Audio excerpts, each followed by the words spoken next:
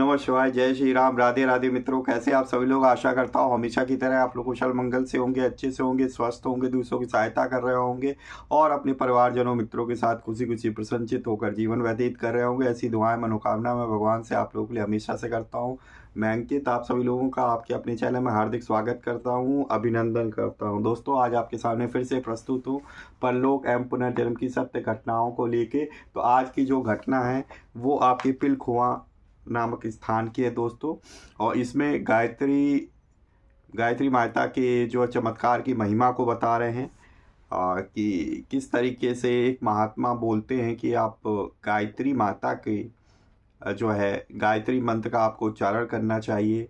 तो क्या बिना संस्कार के, बिना यज्ञोपवीत संस्कार के कोई भी मनुष्य क्या गायत्री मंत्र का उच्चारण कर सकता है? तो यही पूरी प्रसंग घटनाक्रम है, सत्य घटना है।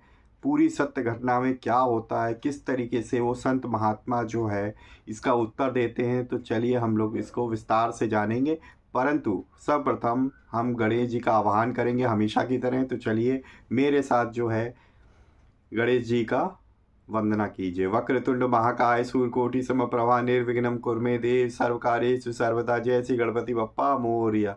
तुमेव माता च पिता तुमेव, तुमेव बंधु च सखा तुमेव, तुमेव विद्या द्रविणं तुमेव, तुमेव सर्वं मम देव देवो। जय श्री गणपति बप्पा मोरया। चलिए शुरू करते हैं। प्रेम से बोलेंगे दोस्तों, सियावर रामचंद्र की जय। ओम नमो शिवाय, ओम नमो नारायण, ओम नमो भगवते वासुदेवाय, हर हर महादेव। जय श्री राधे कृष्ण, जय सीताराम हनुमान जी, जय गुरुदेव जी, जय शिव पार्वती माता की जय हो। तो चलिए भगवान का ध्यान लगा के, मन लगा के सुनिए। मैं आपको आज की सत्य घटना सुनाता हूँ। गायत्री माता की भक्ति का विलक्षण फल। एक विश्वविख्यात आर्य सन्यासी की जुबानी आप बीती सत्य घट कहानी। अभी पिछले दिनों की बात है कि पिलखुआ में हमारे स्थान पर विश्वविख्यात आर्य समाजी सन्यासी श्री स्वामी आनंद स्वामी सरस्वती जी महाराज, भूतपूर्व महाशय खुशाल चंद जी संपादक मिलाप पधारे थे। उनके कई दिनों तक सदुपदेश हुए। उन्हें सुनकर जनता बहुत प्रभावित हुई।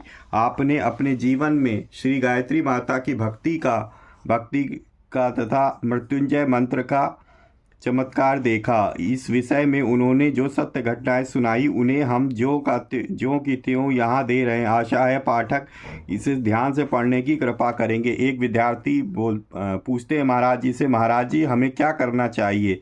स्वामी जी ने बोला, बेटा तुम्हें गायत्री माता की शरण लेनी चाहिए। बस तुम गायत्री माता की भक्ति से सब कुछ पा सकते हो। हाँ, यह आवश्यक है कि गायत्री माता के जप से इस मंत्र के आदेश को अपने जीवन में ओतप्रोत कर लो। ऐसा होने पर मंत्र जप पूरा लाभ देता है। तब विद्यार्थी बोलता है, हे महाराज जी, हम गायत्री तो जपना चाहते हैं, गायत्री मंत्र तो जपना चाहते हैं, परंतु कुछ लोग कहते हैं कि तुम गायत्री मंत्र तब जप सकते हो जब तुम्हारे यज्ञोपवीत जनेऊ हो, नहीं तो बिना यज्ञोपवीत के गायत्री मंत्र जपने से पाप लगता है। तो हमें क्या करना चाहिए? ऐसा सुनकर स्वामी जी बोलते हैं, तुम्हें चाहिए कि तुम अपना यज्ञोपवीत संस्कार कराओ और संस्कार कराकर तब गायत्री मंत्र का जाप करो। इसमें तुम्हें क्या आपत्ति? हिंदू होकर यज्ञोपवीत संस्कार ना कराना, यह तो बड़ी लज्जा की बात है। विद्यार्थी बोलता है कि नहीं महाराज जी, यदि यज्ञोपवीत संस्कार नहीं कराना चाहता है तो क्या करे? स्वामी जी बोलते, यदि भगवान श्री राम तथा श्री कृष्ण की छत्र छाया में रहना हो तो तुम्हें अपना यज्ञोपवीत संस्कार अवश्य कराना ही होगा। और यदि अपना उत्थान चाहते हो तो गायत्री माता की शरण लो, गायत्री माता की भक्ति करो और नित्य प्रति गायत्री माता की गोद में बैठकर अमृत पान करो। तो फिर विद्यार्थी प्रश्न पूछते हैं कि आपने स्वयं गायत्री माता की भक्ति के द्वारा कुछ चमत्कार देखा है, क्या वास्तव में मंत्र जप से कार्य सिद्ध हो सकते हैं? तो स्वामी जी प्रश्न सुनकर बोलते हैं कि देखा है और खूब देखा है। गायत्री माता में और महामृत्युंजय के जप में बड़ी विलक्षण शक्ति देखी है। यह मंत्र बड़ी से बड़ी घोर विपत्तियों से छुटकारा दिला देता है और फांसी के तख्ते पर से भी बचा लेता है। हमने इसका प्रत्यक्ष प्रमाण अपनी आंखों से देखा है। मेरे पुत्र रणवीर संपादक मिलाप को एक बार सेशन कोर्ट से फांसी की सज़ा का आदेश हो गया था। मैं रणवीर से जेल में मिला और उससे कहा कि तुम माता गायत्री की शरण लो और तुम 1.25 लाख इस महामृत्युंजय मंत्र का जाप करो। मंत्र है ओम त्र्यंबकम यजामहे सुगंधिम पुष्टिवर्धनम उर्वारुकमिव बंधनार मृत्योर्मुक्षीय मामृतात्। तो ये महामृत्युंजय मंत्र है दोस्तों। अगर पढ़ने में कुछ श्लोक में त्रुटि हो गई तो क्षमा करें। तुम अवश्य ही फांसी की सजा से छूट जाओगे। इधर फांसी की कोठरी में तुम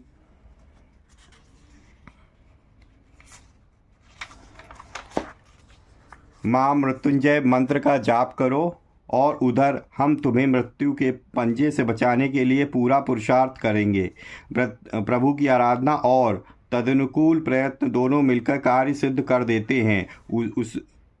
उसने मेरे कहने के अनुसार इस मंत्र का जप करना प्रारंभ किया।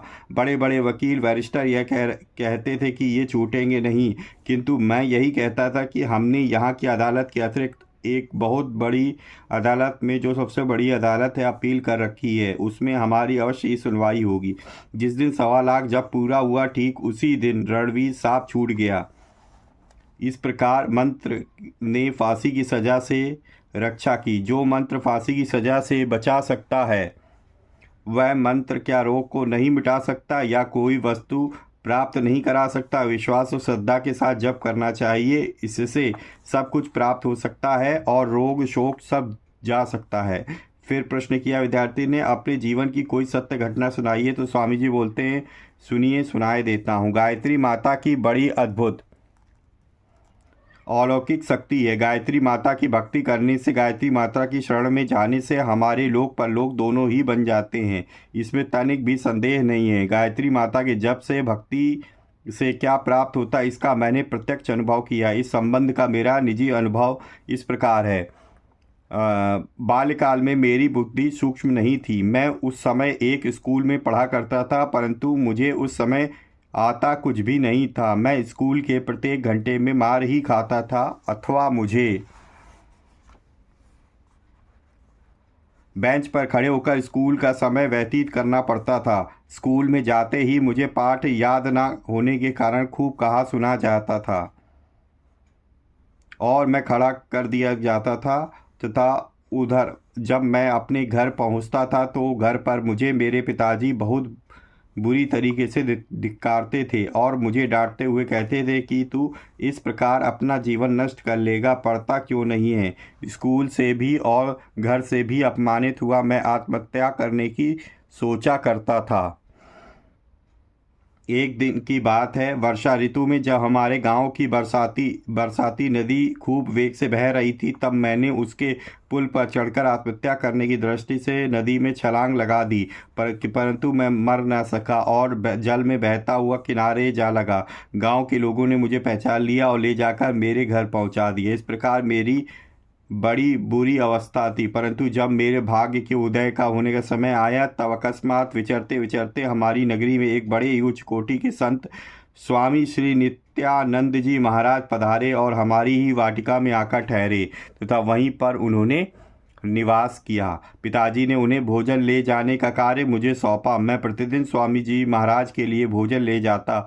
एक दिन की बात है, मैंने उस दिन पाठ याद ना होने के कारण स्कूल में तथा घर में बड़ी बुरी तरीके से मार खाई थी, जिससे रोते रोते मेरी आंखें सूज गई। दोपहर के समय मैं उस दिन भी नित्य की भांति स्वामी श्री सिद्ध नित्यानंद जी महाराज के लिए भोजन ले गया तथा भोजन की थाली स्वामी जी महाराज के सामने रखकर स्वयं दीवार के साथ लगकर उदास खड़ा हो गया। स्वामी जी महाराज भोजन भी करते जाते थे और बार बार मेरी ओर ताकते भी जाते थे।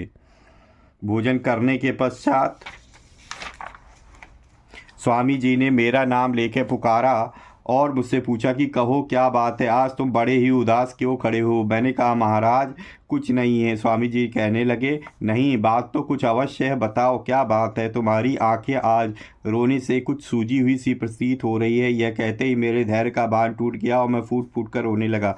तब स्वामी जी महाराज ने बड़े प्यार से मुझे अपने बिल्कुल ही पास बिठाकर कहा, कहो बेटा तुम्हें क्या कष्ट है जो तुम इस प्रकार रो रहे हो। तब मैंने निवेदन किया कि महाराज जी, मैं अब जीवित रहना नहीं चाहता, क्योंकि मैं बुद्धि मोटी होने के कारण हर स्थान पर अपमानित होता हूँ। इसलिए मुझे अब मरने का कोई सरल सीधा सा साधन बताइए। स्वामी जी यह सुनकर कहने लगे, अरे तू इतनी सी बात से अधीर हो गया। तेरे रोग की औषध में हमारे पास है, अब तू चिंता मत कर। मैंने अब तो आशा भरे नेत्रों से उन्हें देखते हुए उनसे कहा कि मुझे वही बतलाइए।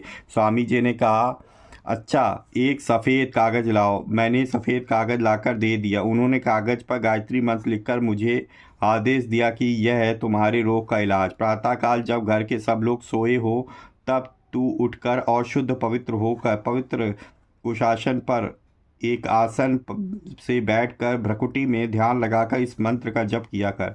यह कहकर स्वामी जी ने मुझे आशीर्वाद दिया।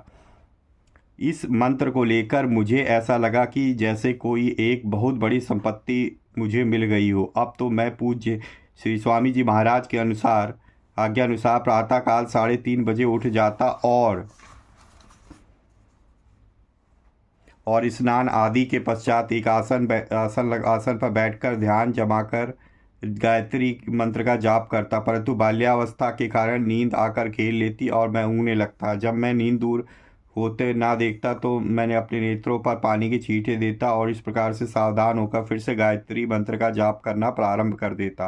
परंतु नींद फिर भी मुझे आ घेरती। इससे बचने के कारण मुझे एक उपाय सूझा। मेरी चोटी बड़ी लंबी थी। मैंने एक लंबी रस्सी लेकर उस रस्सी का एक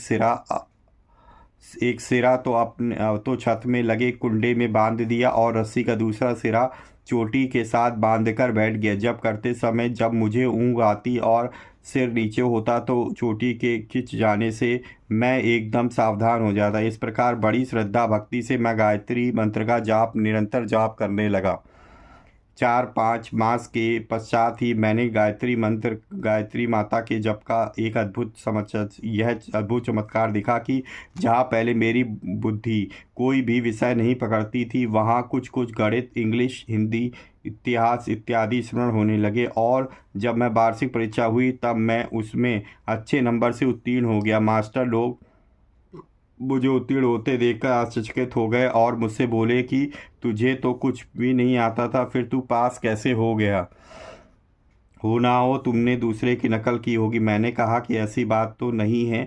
उसके पश्चात जो भी परीक्षा होती मैं सब में अच्छे नंबरों से उत्तीर्ण होता रहा और गायत्री माता की कृपा से मेरी बुद्धि दिनों दिन निर्मल और तीव्र होने लगी।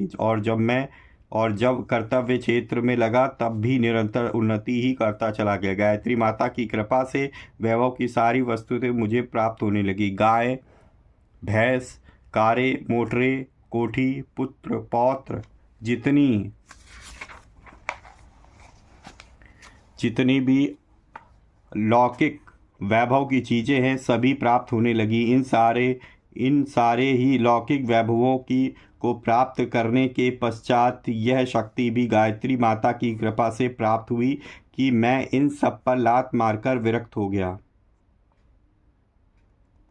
और आत्मदर्शन का यत्न करने लगा। अब मेरी आयु 75 वर्ष की हो चुकी है और 9 वर्ष की आयु से लेकर अब तक जो मुझे प्राप्त हुआ है वह सब श्री गायत्री माता की ही कृपा से प्राप्त हुआ है। मुझे अब कोई ऐसी रात या दिन स्मरण नहीं है कि जब मैंने इतने लंबे वर्षों में कभी श्री गायत्री माता की गोद में बैठकर अमृत ना पिया हो। मेरा अनुभव यह है कि गायत्री माता की आराधना से लोक परलोक दोनों ही सुधर जाते हैं। अथर्ववेद के अंदर भी यह आदेश है कि गायत्री माता के साधक को आयु, स्वास्थ्य, संतान, धन, ऐश्वर्य, कीर्ति, पशु, ब्रह्म, वर्चस्व, दुनिया के सब ऐश्वर्य तो प्राप्त होते ही अंत में ब्रह्मलोक भी प्राप्त हो जाता है। कौन सी ऐसी चीज़ है जो गायत्री माता की कृपा से प्राप्त नहीं हो जाती। इसलिए गायत्री माता का भरोसा और गायत्री माता की भक्ति अवश्य ही करनी चाहिए। मुझे गायत्री माता ने घोर विपत्ति से कैसे बचाया, इतना ही क्यों, मैं जो आज आपके सामने दिखलाई दे रहा हूँ और जो मैं आज आपके सामने जीवित हूँ, यह भी एकमात्र गायत्री माता की कृपा ही है।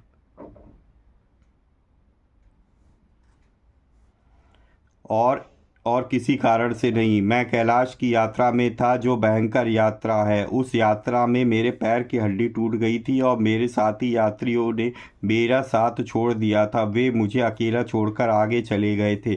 मैंने उस समय अपनी गायत्री माता से प्रार्थना की, हे मेरी माता, तू मेरी रक्षा कर।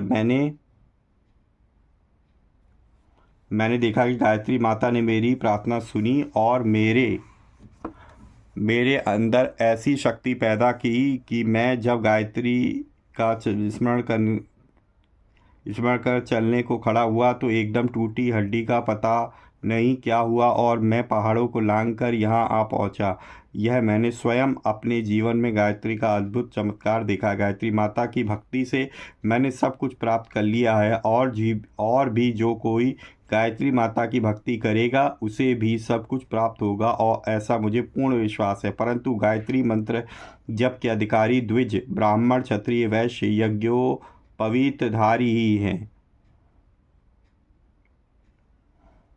गायत्री मंत्र यम नियमों का पालन करते हुए और मंत्र के आदेश को जीवन में ढालते हुए ही करना चाहिए। बोलो गायत्री माता की जय। सियावर रामचंद्र की। तो देखा आपने दोस्तों कि एक संत महात्मा ने अपने बाल्य जीवन में जो है गायत्री माता का चमत्कार आपको सुनाया। तो उन्होंने बताया कि बिना यज्ञोपवी का संस्कार किए हुए हमें गायत्री मंत्र नहीं पढ़ना चाहिए, गायत्री माता की पूजा नहीं करनी चाहिए दोस्तों। तो यहाँ पे आप देखिए कि गायत्री मंत्र का उच्चारण करने से उनकी जो बुद्धि थी, मोटी बुद्धि थी, ठीक है, वो आपके पास अच्छी होती गई और वो उनका पढ़ाई में भी मन लगता गया और वो अच्छे नंबरों से उत्तीर्ण होने लगे। जो फेल होते थे वो पास होने लगे। ठीक है दोस्तों, तो अगर आपको आज की वीडियो अच्छी लगी है तो प्लीज़ वीडियो को लाइक करना ना भूलें और ज़्यादा से ज़्यादा मित्रों परिजनों के साथ शेयर करें ताकि वो भी इस गायत्री माता के अद्भुत चमत्कार को जान सकें और जान सकें कि यज्ञोपवीत संस्कार कराना कितना ही ज़रूरी है दोस्तों। अगर आप पहली बार मेरे चैनल पे आए हैं और इस तरीके की वीडियो देखना आपको सुनना पसंद है, मैं इसी तरह के कंटेंट आपके अपने चैनल पर लाता रहता हूँ। पुराणों से रिलेटेड उपनिषदों की कथाएं लेकर आप लोगों के सामने सुनाता रहता हूँ, रहस्य आपके सामने उजागर करता रहता हूँ। बेल आइकन को भी प्रेस कर लीजिए ताकि लेटेस्ट से लेटेस्ट वीडियो की इन्फॉर्मेशन आप तक तुरंत ही पहुँच सके। इसी तरीके से भगवान की भक्ति करते रहिए, अपने परिवारजनों मित्रों के साथ खुशी खुशी प्रसन्नचित्त होकर जीवन व्यतीत करिए और हाँ, हमेशा की तरह किसी न किसी एक पर्सन की हेल्प करने की ज़रूर कोशिश करिए। वीडियो को देखने के लिए बहुत बहुत धन्यवाद। मिलेंगे इसी तरीके किसी और वीडियो में, तब तक के लिए जय श्री राम, राधे राधे मित्रों।